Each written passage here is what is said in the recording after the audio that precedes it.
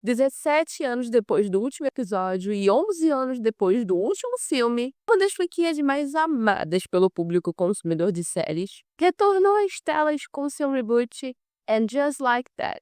E simplesmente, sim, a internet virou de cabeça para baixo.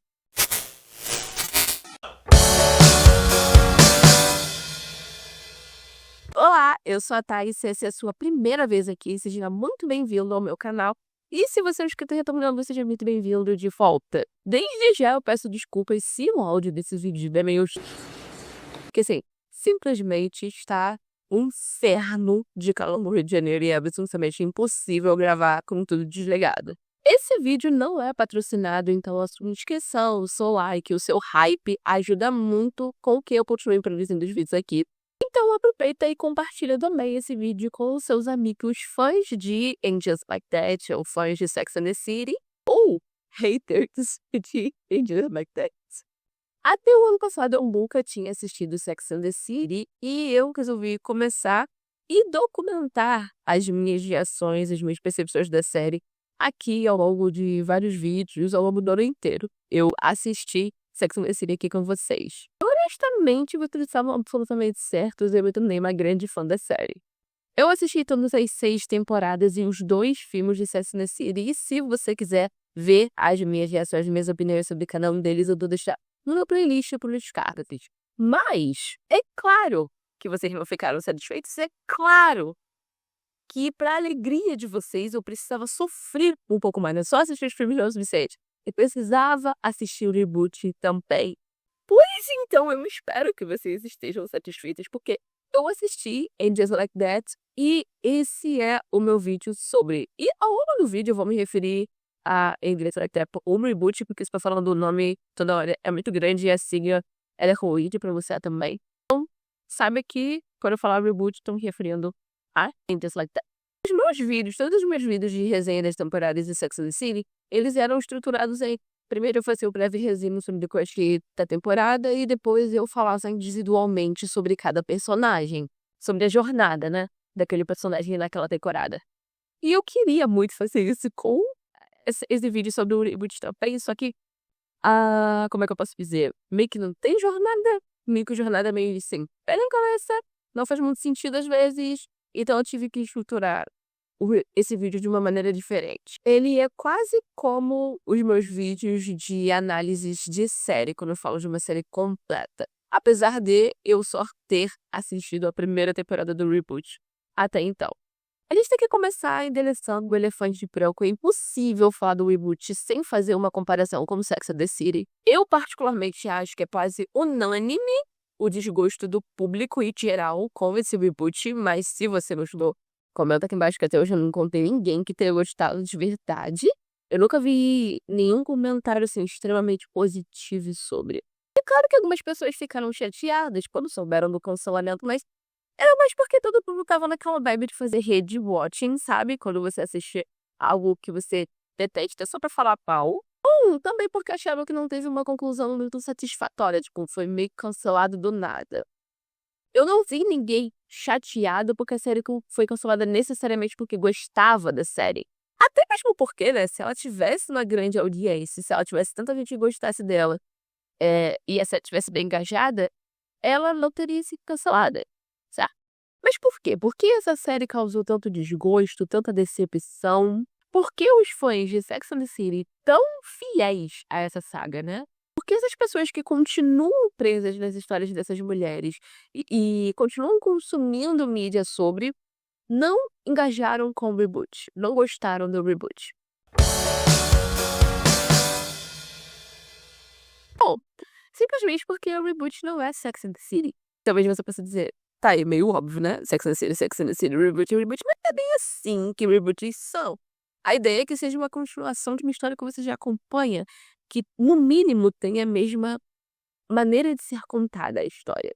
E Sex and the City explorava 4 mulheres maravilhosas, muito diferentes umas das outras, que mantinham uma profunda e bela amizade enquanto elas exploravam ali a sua vida romântica. Os diálogos, eles eram sagazes, eles eram muito diferentes do que tinha na época. Os pares românticos eram sexy, sabe?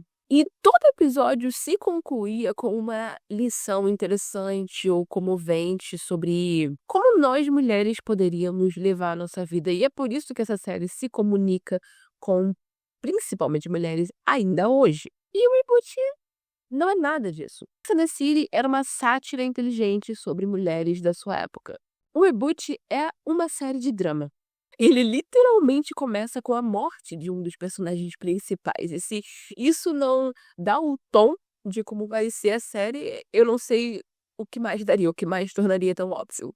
Seria muito difícil, depois do que acontece logo no primeiro episódio, da morte do Big, que a série voltasse a ser aquela sátira divertida com um tom leve que Sex and the City tinha. O que me causou mais incômodo enquanto eu estava assistindo, o que me deu mais, o que me fez sentir mais falta é que os episódios do reboot são muito silenciosos, sabe? Em Sex and the City, a gente tinha aquela narrativa que você pode gostar ou não, mas ela tinha um papel muito importante. A gente tinha o tempo todo a narração da Carrie. Então, a gente vivenciava os problemas da série pelo ponto de vista dela, como se a gente estivesse na cabeça dela. O reboot não tem isso.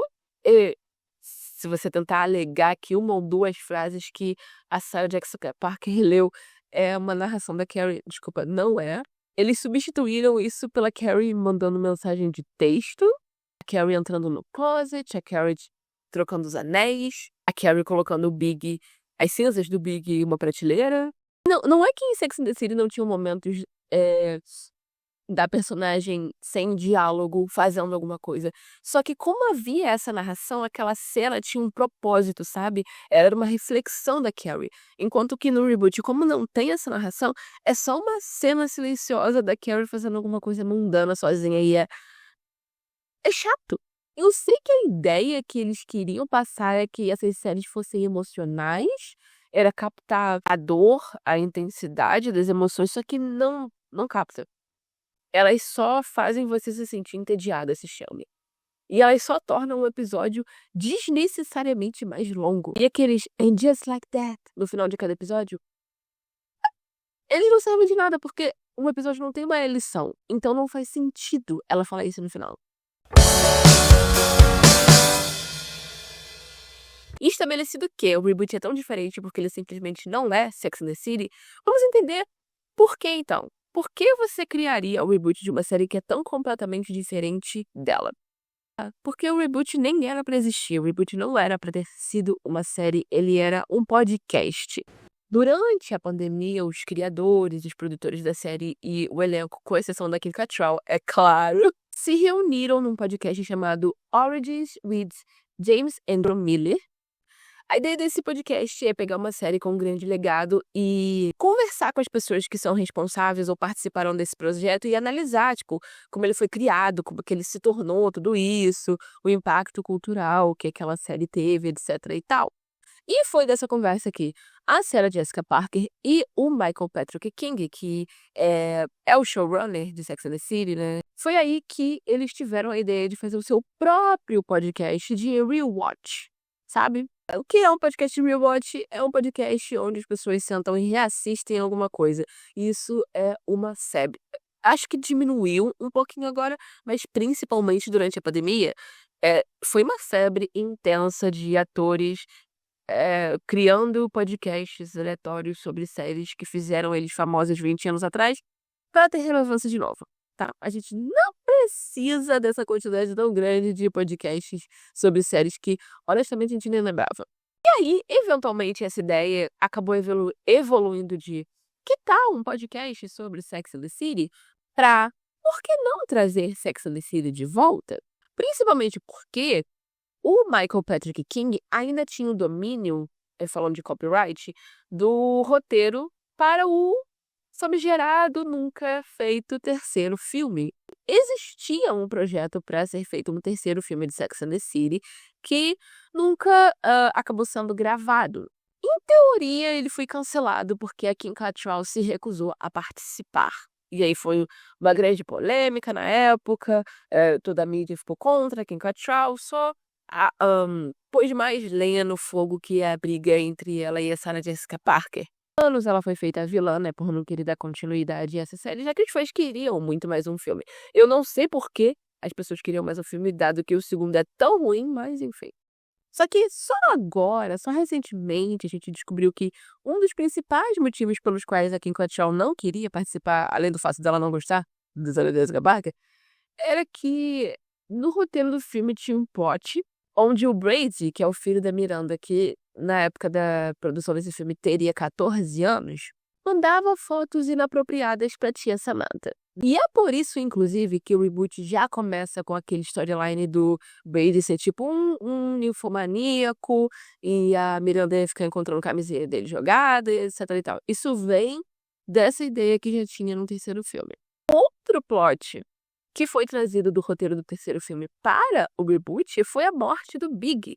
Então, não, ao contrário do que muita gente pensou, a morte dele no primeiro episódio não foi por causa do cancelamento do personagem na sociedade de hoje, né? Porque a grande maioria das pessoas reassistindo Sex and the City odeiam o Big, diferente de como era na época. Por que eles tinham a intenção de matar o Big no terceiro filme, eu não sei. Mas, para além dessas coisas, um grande motivo pelo qual o reboot não tinha a menor chance de ser bem-sucedido agora é porque Sex and the City foi criada na década de 90. Icônica porque ela não era só parte, ela determinava o zeitgeist. Ela criava trends de moda e ela meio que ditava o que era cool, o que não era, como ela abordava assuntos que eram considerados tabu na época, como sexualidade feminina, fertilidade, câncer de mama, ISTs e etc. Em 2021, quando o reboot saiu,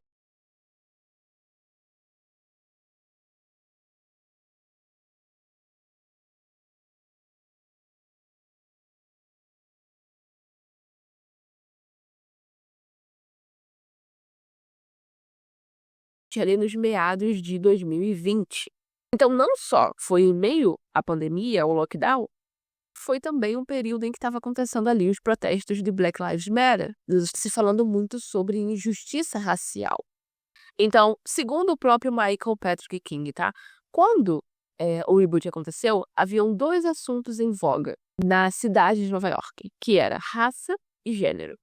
Então não tinha como os personagens do reboot voltarem, né, sem comentarem sobre esse assunto. E aí, somado ao fato de que Sex and the City, com todos os seus acertos e erros, tinha um gravíssimo problema de falta de diversidade, era claro que, dada a situação social da época, mas isso, eles iam tentar consertar esses erros com o reboot. Veja bem, não existe nenhum problema com isso. Na verdade, eu acho que é uma decisão, no mínimo, certa, né? Você tentar consertar os erros da série com um reboot dela e falar sobre os assuntos sociais que estão em voga na cidade onde ela se passa na época em que a série está acontecendo. Só que, na tentativa de consertar esse erro, eles acabaram cometendo outro.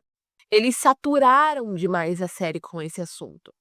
E aí, todo novo personagem trazido para o reboot para gerar diversidade, ele era trazido para o reboot apenas para gerar diversidade.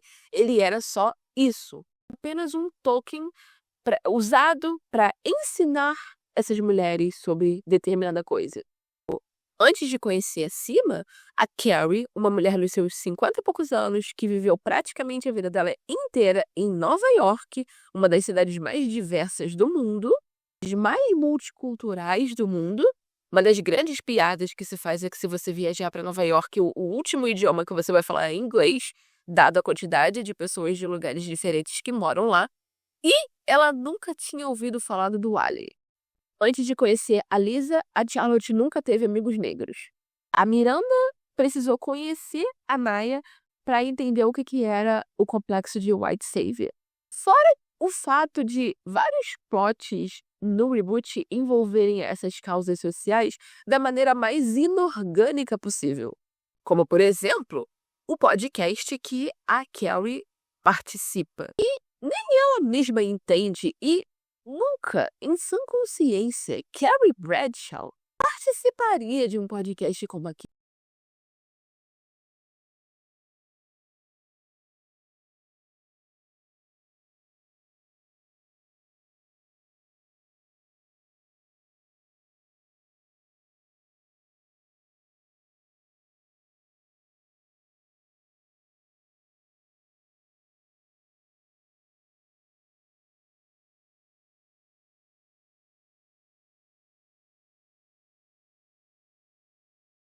Tipo, a tentativa da Charlotte de abordar o assunto da Miranda tá bebendo demais, e a Miranda tá possivelmente se tornando alcoólatra, é completamente ignorada pela Carrie. Nunca é abordado a infelicidade que ela tá sentindo. O problema em si que havia levado ela a beber tanto nunca é abordado, simplesmente ela joga todo o álcool fora e a depressão que ela estava sentindo, a infelicidade é curada pelo surgimento de uma nova parceira, um novo parceiro romântico. A Miranda também tenta uma única vez salvar o casamento dela, não dá certo, ela desiste. E eu não tô dizendo que ela deveria ter persistido naquele casamento, tá? Isso é um outro assunto. Porém, não faz sentido. Ainda mais sendo uma personagem que já perdoou uma traição e lidou com isso na terapia de casal. Carrie descobre que o Big deixou dinheiro no testamento pra Natasha e aí questiona todo o relacionamento de 15 anos por causa disso. O que sana o problema dela é ouvir da boca da Natasha que o Big a amava. E eu não preciso nem falar da obsessão da Carrie com a vizinha mais nova, essa vontade dela de parecer com... que é tão raso, é tão idiota. Sério, a Carrie nos seus 30 e poucos anos na série original tinha uma perspectiva muito mais madura sobre isso do que a Carrie de 50 e poucos do reboot, não faz sentido.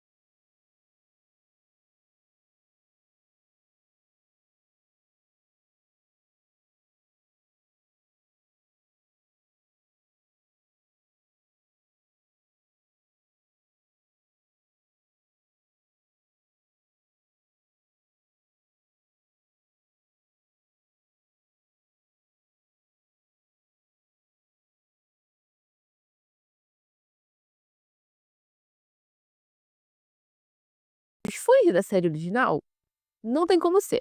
Porque os fãs da série original são pessoas que estão agora nos seus 30 e poucos, 40 e poucos, 50 e poucos anos. Esse comportamento imaturo das mulheres na tela não é interessante para essas pessoas. Mas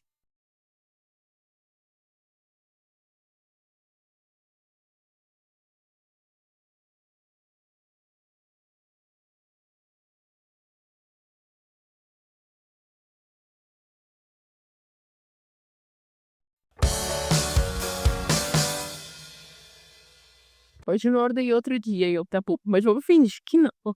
Em Sex and the City, a Charlotte, por exemplo, ela era muito mais do que só uma prom queen, sabe? Uma rainha de baile alcoólatra. Eu até gosto da ideia dela com uma filha não binária, em vez de dificuldades, vira com isso. Alguém da geração dela, por exemplo. Mas é tão mal explorado, é tão superficial, que era melhor nem ter colocado. A Charlotte até é retratada como uma mãe amorosa, mas como pessoa ela só grita e parece surpresa o tempo inteiro. E o que aconteceu com o Steve? Por que o Steve é geriátrico agora, gente? Ele não é tão velho assim, na verdade. Eu suporia que ele era até mais novo do que a Miranda e as meninas. Por que ele se comporta e fala com aquela resenha assim? Na verdade, porque todos os homens do Ubuntu são tão mal produzidos, por que eles são tão péssimos no coração, sabe? Tipo, em Sex and the City, a escolha dos falhos românticos não era necessariamente ser do meu tipo, mas ainda que eu não achasse aquele homem o mais lindo e interessante do mundo, sempre viu que de charme ou sensualidade, né, do personagem que ele escolheu pra ser o parceiro sexual ou romântico delas. Tem apelo, e os caras do Umbuto simplesmente não têm, eles só são chatos, sem graça. Ou eles são idosos, ou eles estão mortos, ou eles são pediatres. O Harry, coitado, era um personagem tanto apelo em Sex and the City e no reboot, ele é o capaz de não ter ideia, ele não tem gosto, ele não tem vontade. Mal ele tem falas. Incrível, se você tirar todos os personagens masculinos de um reboot, ele continua o mesmo, eles não servem pra nada, apenas decoração. Mas eu acho que o pior assassinato de caráter que eles fizeram foi com a Miranda, que assim, no reboot absolutamente irreconhecível. E Sex and the City, ela era uma força da natureza, sabe? Ela era alguém praticamente imparável e extremamente crítica das coisas, pragmática e imbecilista. E no reboot, ela é positiva o tempo inteiro. Ela tá sempre se desculpando para as pessoas o tempo inteiro. tornaram ela a personagem central da temporada. A jornada dela até poderia ser muito interessante, uma mulher que tá reconhecendo que o casamento dela acabou e se separando de uma relação de mais de 20 anos, lidando com o alcoolismo e tristeza lidando com a tristeza disso que acaba gerando, levando ela para o alcoolismo, ela descobrindo a sua sexualidade, tudo isso poderia ser muito interessante de acompanhar a Miranda passar, se tivesse sido bem retratado. Se tivesse sido construído de uma maneira que fosse fiel à personagem, mas aquilo que eles mostram ali não é a Miranda. E o problema não são tão somente as decisões que ela toma, mas o comportamento dela em si, a maneira como ela toma essas decisões, as justificativas que ele dão, que não condizem com a personalidade dela. E aí, não tem como eu mencionar todos os personagens Tolkien que eles adicionaram na série para poder dar representatividade, mas eu preciso fazer uma menção honrosa a Shea, porque acho que é o pior de todos. Shea é dolorosamente estereotipada, tipo, a personagem é comediante, não binário, queer, poligâmico, que também é ativista da causa LGBT e também tem um podcast que fale, pasme, sobre identidade de gênero e sexualidade. Claro, um personagem que se engloba todas as minorias e causas de uma vez só. Shea não poderia ter sido advogado, bombeiro, sei lá, acionista de uma empresa. Não. Tinha que ser o comediante ativista da causa LGBT. Eu nem preciso falar da Jean Babilo trans, porque toda vez que eles mencionam ela, eles têm que informar o Dixie que ela é trans. Tipo, eles têm o personagem trans da série. Um dos grandes, se não o maior apelo de Sex and the City era a exploração de vários pontos de vista. As 4 mulheres são completamente diferentes e o cerne de todo episódio eram justamente a justaposição dessas diferenças. A Samantha era solteira sexualmente envolvida. A Charlotte era conservadora eternamente romântica.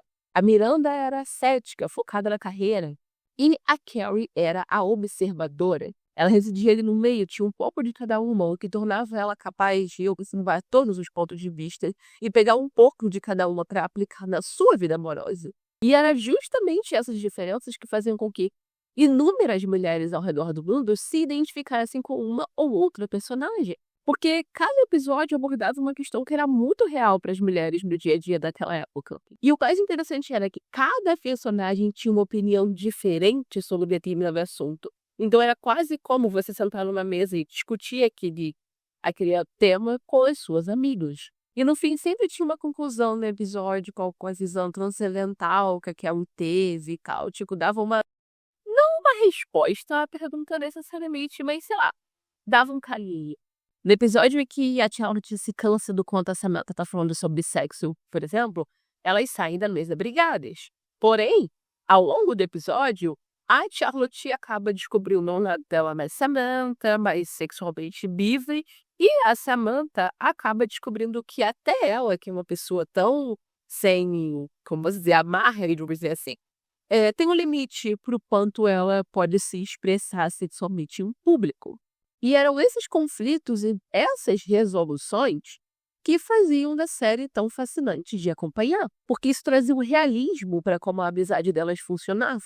Elas observavam os pontos de vista diferentes e quase assim elas aceitavam quando elas estavam erradas, sabe? Tinha uma reconciliação dentro ainda daquele mesmo episódio.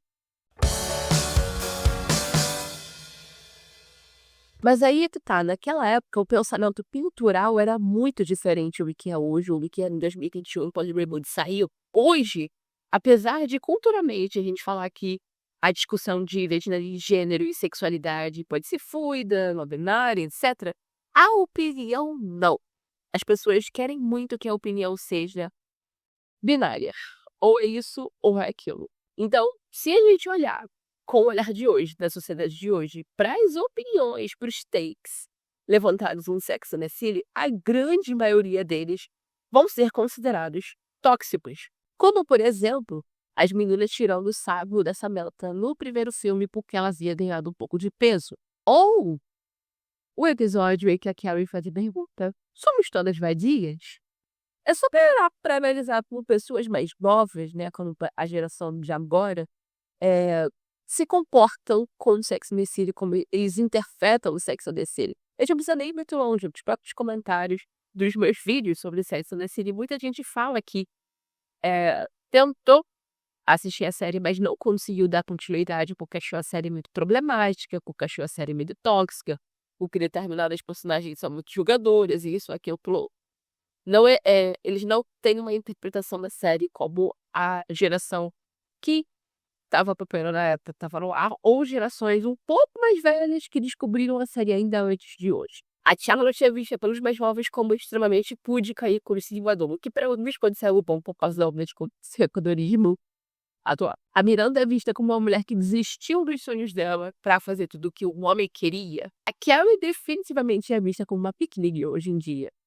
Enquanto a Samantha, para a grande maioria, foi colocada num pedestal de deusa, porque ela, na cabeça deles, é uma mulher que não se submeteria a homem algum. O que não é verdade, se você prestar atenção na série. Só que o curioso é que justamente a Samantha, que é a única que não é irremediavelmente amada pelo público, é que não está no reboot. Então é óbvio que o restante das personagens vão soar entediantes, vazias, chatas, porque culturalmente hoje elas não têm direito a ter uma opinião, sabe? Como elas tinham naquela época. Não havia uma preocupação se o que os personagens estavam falando, se a opinião delas sobre o assunto ia fazer com que essa personagem fosse cancelada na cultura ou não. Não havia essa preocupação quando Sex and the City saiu, mas existe muito essa preocupação hoje, porque se o personagem é cancelado, isso pode determinar o destino da série, se a série vai ser bem sucedida ou não. Então eles acabaram criando uma série sem conflito, porque se não tiver um conflito, não corre o risco delas serem canceladas. Um exemplo ótimo é como na sexta temporada, quando a Carrie... Eita, como não sou... Da sexta temporada, quando a Carrie decide desistir da carreira, da vida, da casa, de todos os sonhos dela, para ir com o bolso para Paris, a Miranda corretamente dá um sermão nela sobre isso, sobre perder a identidade dela para um relacionamento. E no fim, apesar dela ter ido, a Carrie acabou percebendo que a Miranda estava certa. Mas, no reboot, quando a Miranda resolve desistir do estágio que a Naya, com muito esforço, consegue para ela, para poder ir junto com o Shay para Los Angeles, apesar de Shay nunca ter nem perguntado e considerado ela na decisão de se mudar para Los Angeles, as meninas ficam surpresas e depois extremamente felizes, porque ela está vivendo uma história romântica de filme. Esse fato crucial de você ser questionado pelas pessoas ao seu redor, pelos seus amigos mais próximos, perdeu o valor total. É visto hoje em dia como um personagem que é controlador. Inclusive, é assim que as pessoas mais jovens interpretam a personalidade da Miranda, da série da London Bridge. E o mais curioso é que Sex and the City tem um episódio na quinta temporada chamado Topher Girl, que aborda justamente o tópico do julgamento da crítica entre amigos. Chega a ser assim, bizarro o fato da própria série ter feito esse questionamento.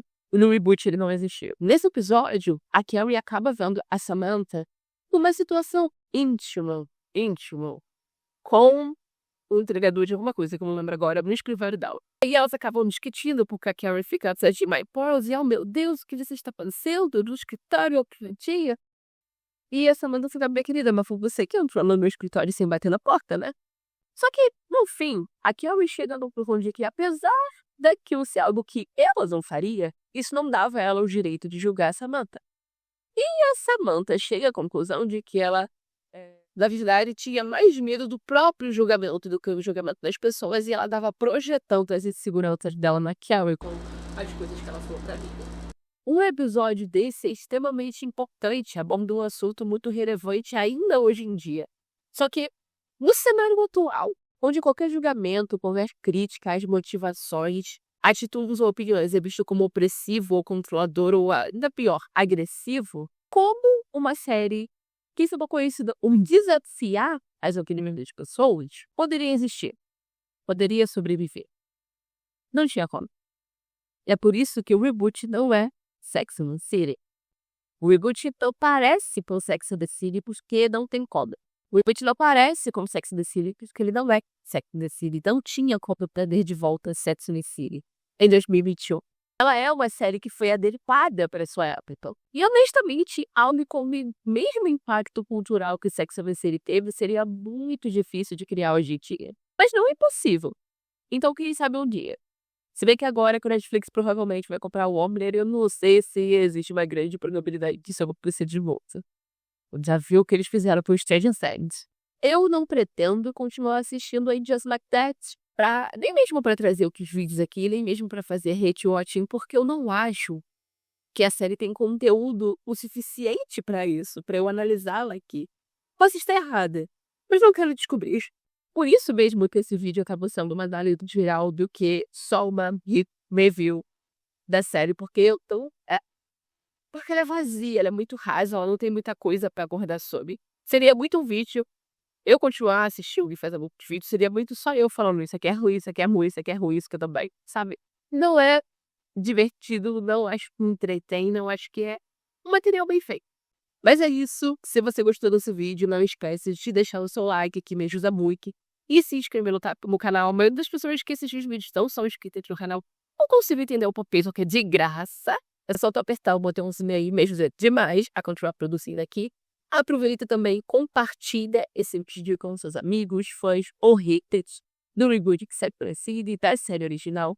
E hype esse vídeo para me ajudar a mandar esse vídeo para outras pessoas que também gostariam de assistir. Não se esquece de me seguir lá no Instagram, @silviotai. Eu falo todos os dias lá sobre séries, ou filmes, ou vídeos, principalmente séries e livros que eu tô acompanhando em tempo atual.